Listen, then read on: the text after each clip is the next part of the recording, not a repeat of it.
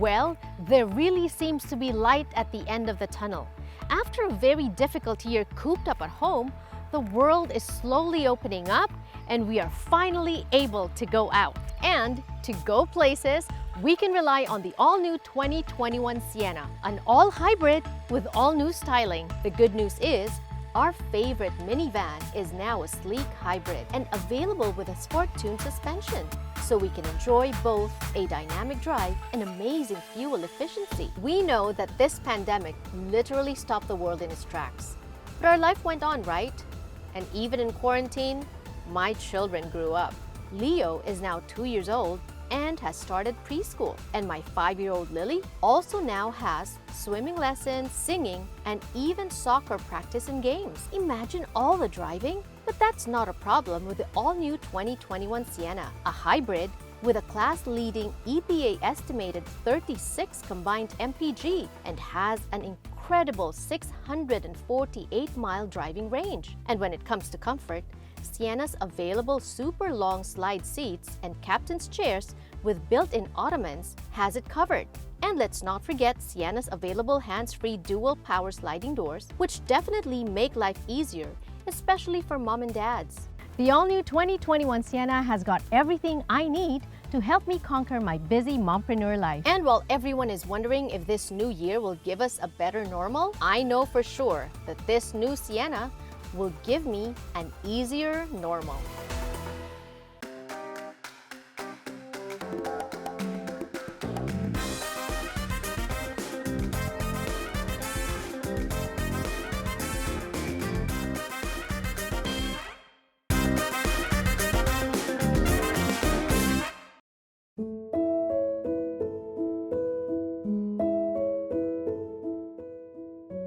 Being different from does not mean less than. These people think that they can do this to us. We start to see like there's violence being perpetrated against our people. It's killing our people. These are hardworking people who've been targeted with no reason, except for the fact that, what they look like. I came from Montebello riding a bus. So I'm about to go to the train station. So it would bring me home. So I crossed the street, and I'm very near the escalators going down to the train station. Then someone just threw a punch. It's an African American lady just threw a punch out of nowhere. Then my eyeglasses fell off, my things fell off on the ground. Then I didn't look at her after kasi I got afraid. This is happening. It was already a punch and no one reacted. What they told me is I'm lucky because it was a punch, because sometimes the reports are na-stab na lang. The experience is really bad. I'm traumatized by the experience. I feel that I'm just asking myself why it happened to me. According to the police report, I was punched. He punched me from the left side. Then I fall on my knee. Then another punch. I fall on the ground and I lost consciousness. I'm traumatized by the experience. I'm afraid to go out, even to see the doctor. I go to the places that has a lot of people. California is not the safest place to live. Miguel de los Santos, 27 years old, suffered gunshot wounds at the hands of police officers. What happened there? Did the law enforcement officers apply excessive force or disproportionate force in the face of whatever danger they had perceived? He's not in the best mental state, and this is over a period of over 12 hours. He was very scared for his life. If that person in front of them was their brother or their best friend or their son, how would they have handled this? I don't know how to describe it. We thought we lost him. There was a time when people around you, when I interviewed your family at the time, they weren't sure that you were going to make it. What was your first realization after the pain has subsided? I almost didn't make it. Like, I really should have died that night, Because if they shot me 6 times, then that means that they were like really trying to kill me, you know? I'm pretty happy to be alive. I just really want justice for what happened, and like I'm trying to stay positive about it. It is a story that we need to be aware of because it involves Filipino Americans, mental health, people of color, police brutality. I mean, they all converge on this incident of April 23rd. If there's one thing that you want people to remember from this conversation, what would it be? You know, guys, there's a tsunami out there.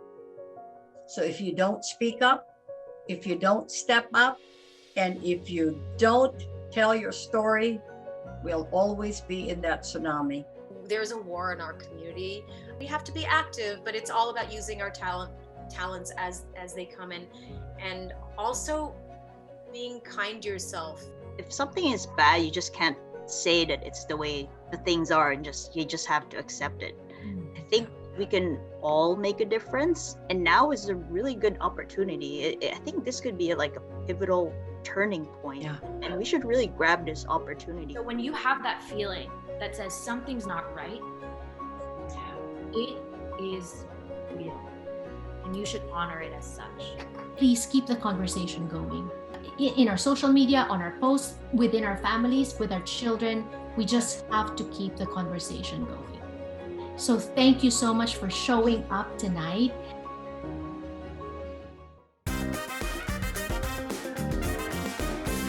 Mom, Dad's crying again. Babe, you've watched this like 15 times and you still cry. I can't help it. I mean, they were right here. Honey, you want some more ramen? Let's go see where they got back together. Okay, let's check that place out. You're not going to cry again, right? The all-new Sienna. Toyota. Let's go places. As life starts to get back to normal, this is a good time to look over your personal finances post-pandemic. Did you know that deferred payments could become due all at once? How about the interest rate? Paano kung biglang lumobo ang balances nyo? Without all this pandemic assistance, kaya nyo ba? Kaya! Let me help you! Magtulungan tayo. Call Financial Rescue. Together, kayang-kaya!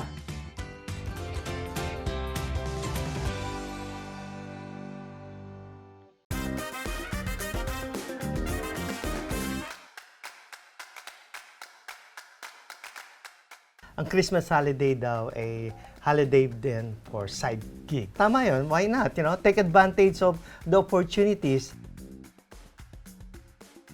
Williams-Sonoma, $14 per hour. Meron silang 40% discount para sa mga employees. Yung wine.com, meron silang hinahanap ng mga customer service staff sa New York, New Jersey, California, Oregon, Texas, and Ohio. Uncommon goods. Nangangailangan sila ng remote and in-person staff. Narinig mo na ba yung Amazon? Nag-hire sila ngayon 150,000 people. Ang trabaho, order fulfillment. Ito naman, Vail Resorts. They're hiring seasonal remote travel consultants and sales agent. And they're paying around $15 dahil sa pandemic. Marami sa ating mga big goals natin, nakalimutan natin yan, na-set aside natin yan for a while, right? Pagkakataon na ito ngayon, lahat ng kinikita ninyo, ng extra during the holidays, set aside ninyo. Pero kung may mga utang tayo ngayon, kailangan na natin bayaran, lalong-lalo na yung mga high-interest credit card debts natin.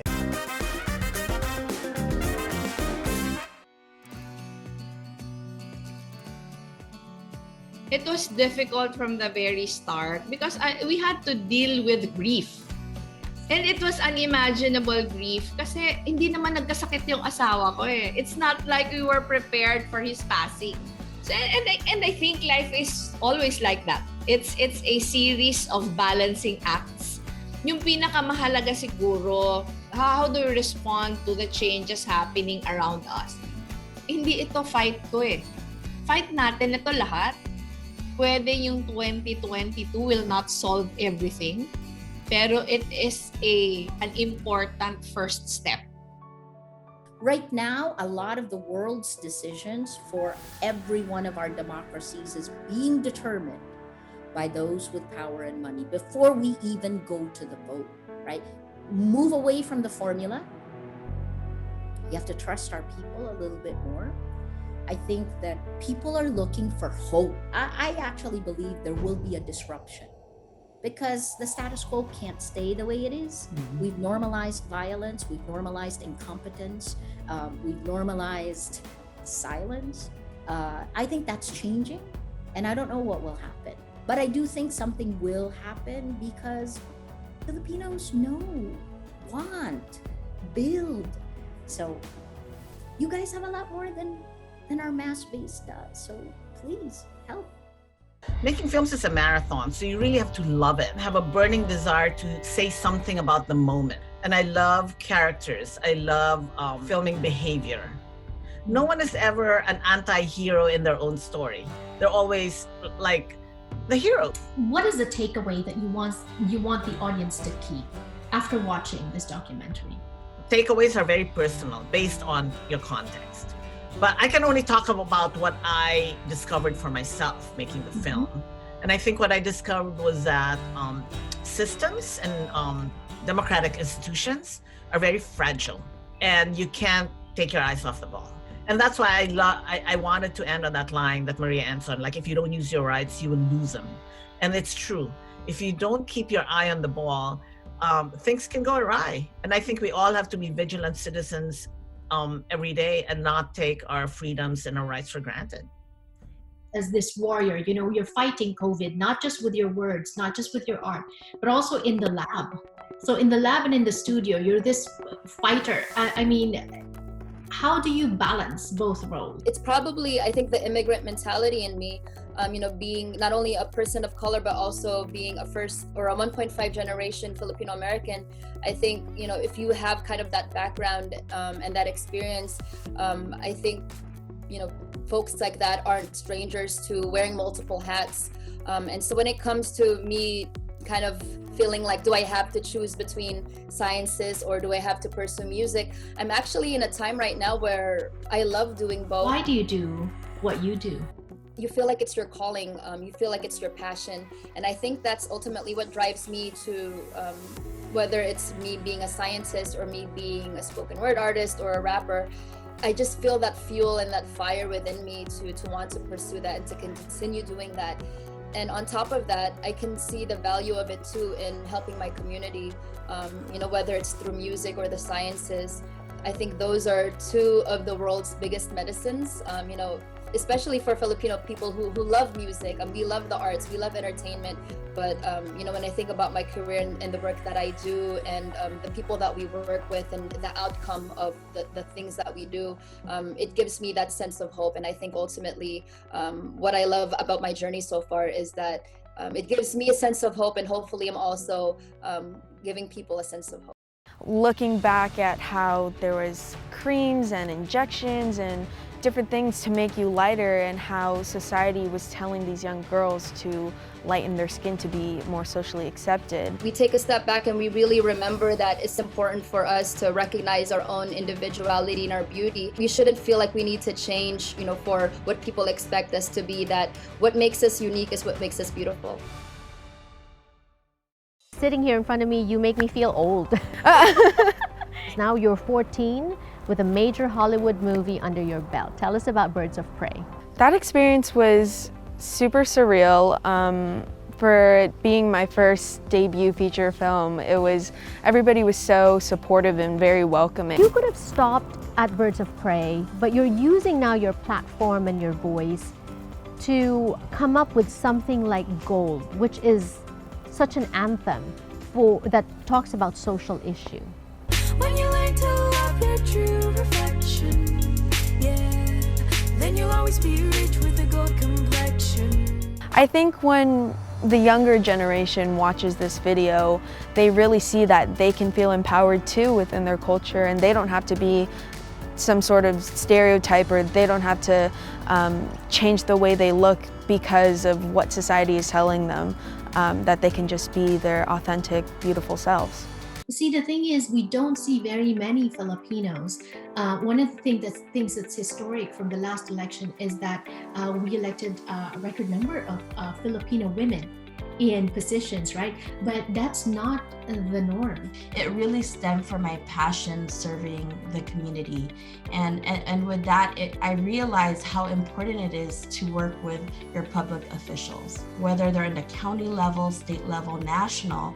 And in that regard, I said, you know what, if I'm able to be in a place where I can influence and make decisions instead of having to try to push someone else to do so. I think our vision is really to create a more empowered community from the youth all the way to the elders. It takes all of us together, intergenerationally, to be able to stand up for our communities and build healthier and stronger communities that we all deserve. It was such a bold move for you that you were pregnant and that you ran for office in COVID and you won. Just really learning to redefine normal, but just making sure that working moms are represented. And so I'm really proud to be there. I was working full-time, also teaching. I'm an attorney, and then I also teach college classes. So I really think women can and do it all. So just showing women that when we put our minds to something, we can get it done. Open up those doors that didn't exist for you. Push your way through, push your daughter through that door. Let her know she can do anything, because she can. And I think one of the things that's so inspirational is having a South Asian vice president here in the United States, that we can see a woman of color, we can see another API doing that, taking those steps. And so really we're seeing Filipino women rise in ways that we couldn't imagine. And I'm so excited for the next generation. So just encourage them, reach out to people like me if they're interested in things like law or government. I'm happy to speak to the next generation and encourage them. Your soul is intact, girl. Don't you let them retract your world. Don't you let them mess with your zen. You are not less than. The theme is about strength. I think the resiliency that you all pose. You know, if there is any doubt with anyone about being single, never doubt. Because motherhood, I found out that motherhood is the perfection of a heart. People everywhere tell you it's selfish to put yourself first. Just silence those voices and listen to your own inner voice and your inner guidance. You know, I give myself a pat in the back. Sometimes I like to slap myself. Hey, I did it, you know, because it's not easy raising these kids alone. It's okay. The situation you're in, it's gonna be tough. It will, but that's part of life, but it will be okay.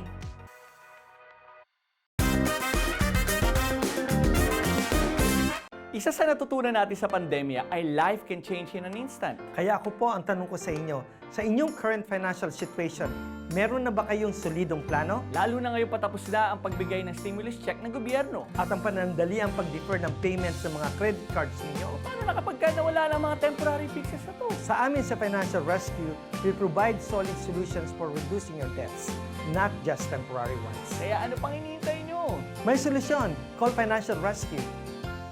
Hey everybody, and I am inviting all of you to please catch Trilogy in the United States. Featuring yours truly and my friends Morissette and Christian Bautista. We will be at Pachanga Resort Casino on April 9, 2022, Saturday at 8 p.m. See you there. Tell me your name. You're lovely. Please tell me your name.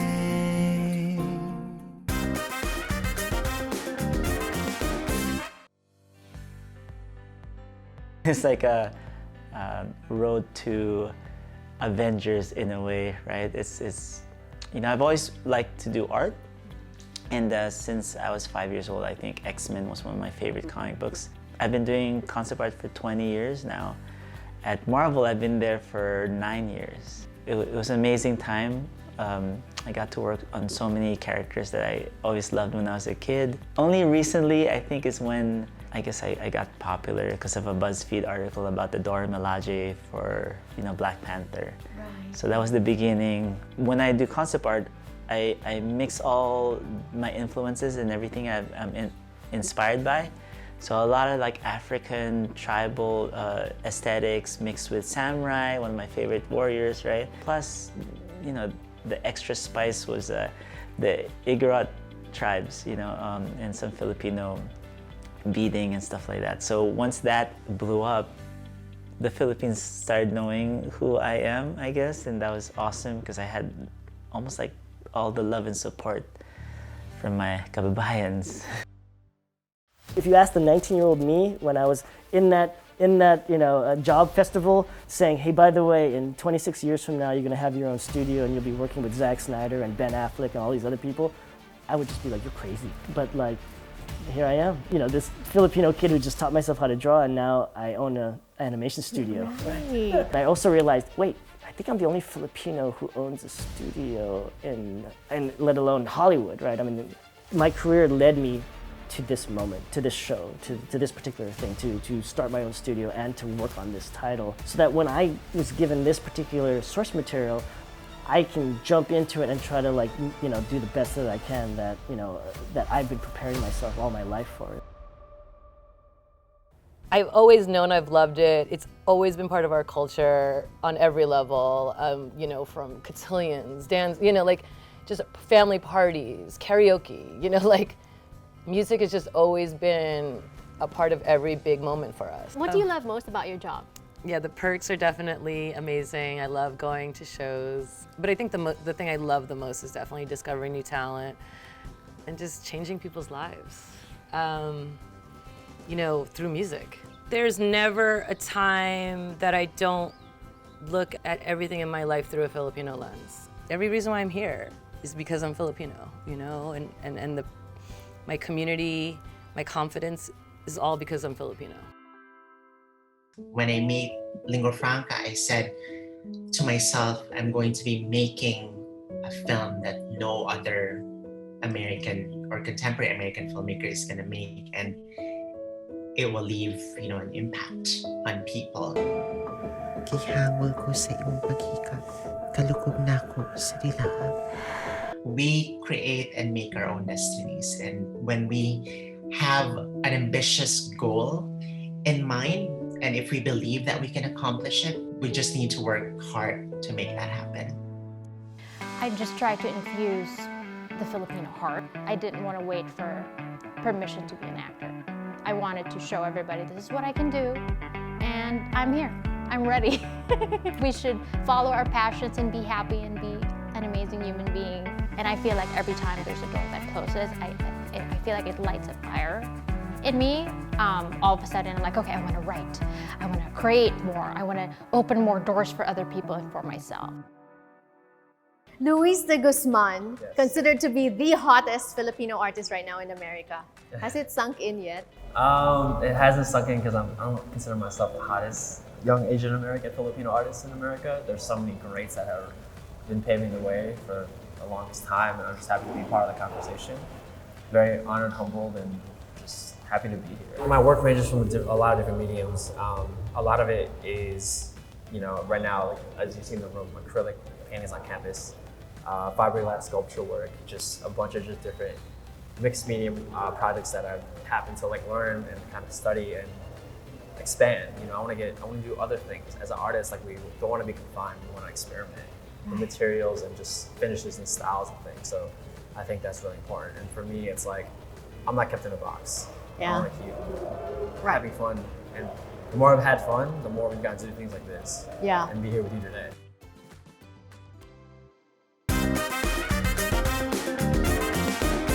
Mom, Dad's crying again.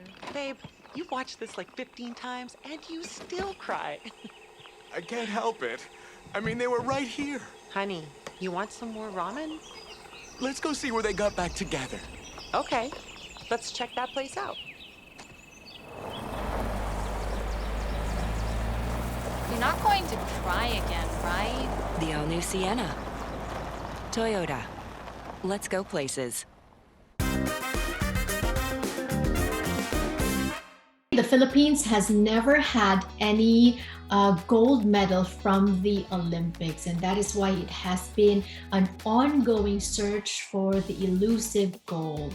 Here is a brand new segment here on the show called So Game, where we will aim to interview and feature athletes that are competing to play and to compete in the Summer Olympics that's going to happen in Japan this year. It was postponed from last year. And for this segment, we are going to be joined by correspondent Ryan Songalia. When I was 7 years old, I see my cousin that they always go to the other place. They compete there like at national games.